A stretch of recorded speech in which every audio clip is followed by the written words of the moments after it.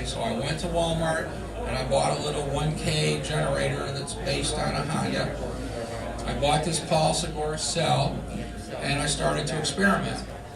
About 4 months later and 600 or 700 explosions, it sounded like sticks of TNT, I was successful in my little 1 kW generator. I started on gasoline, just like Ed Holgate talked about his little 2-cycle. These are 4-cycle. I started on gasoline and I switched it to hydrogen with my Paul Segura cell. Now, back to Larry. When you have a Paul Segura cell, you have to know it's a beginning. It's not an end. And there's a lot of problems with brute force, as everybody knows, and I got to live through them. And that's all I'm going to say about Paul Segura's. He makes a controller that nobody has yet to send me. I'll be glad to test it. I understand it's coming. So I moved this last summer to a Wouter cell, W-O-U-T-E-R. It's actually Walter in South Africa. So I talked to this guy on Skype, Wouter. Wouter's an interesting guy. He's, I don't know if they ever put him in jail, but I know he got shut down for kiting companies, you know, in their boom and bust cycle. And he's hot on hydrogen, okay? So he has manufactured a 7-tube, 6-cell electrolyzer.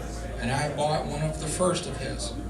And I've been running that cell. Okay, Paul Segura's, I've got 1,000 hours of running on that cell. Wouter cell, I've had it since June, and I probably have 500 hours of running that cell.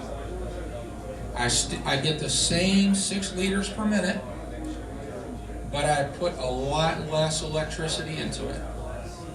Okay, it's still not perfect, but it makes hydrogen.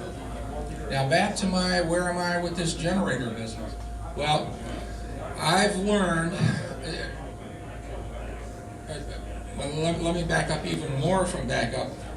The reason I bought a 1 kW generator was because I had a brand new 6 kW Coleman left over from Y2K that never happened. And so I thought, well, I'm going to learn on the 1K and I'm going to apply it to the 6K. Well, what I learned is to give the 6K to one of my sons, because I'm never going to be able to convert it accurately. What I need is a multi-cylinder generator. In other words, the waste spark issue is so significant that when you're waiting for it twice around, you have so much opportunity for waste spark and explosion that it's astronomical. Now I did overcome it, but having to do it again, so I now have an Army generator, actually military surplus. It's a 2-cylinder, 16 cc. I think they call it a 24016. And it's green and it weighs 130 pounds. There's thousands of these generators available, military surplus. I bought mine on the internet for $150.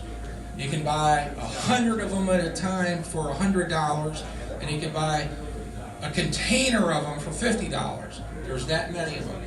They're taking them like off lease, but the Department of Defense supplies all the reserve units with their equipment.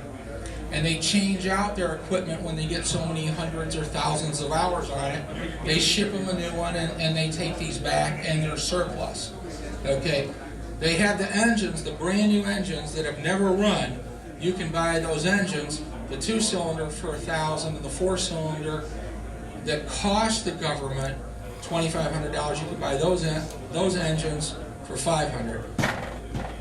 So it seemed like there's a great opportunity here. And currently that's where I'm at to get my Army engine running on hydroxy.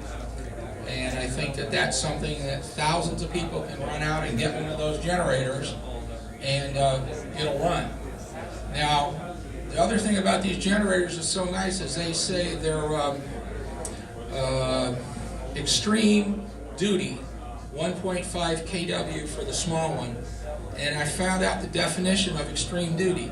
5,000 feet, it has to start in an airplane at 5,000 feet with a parachute attached to it.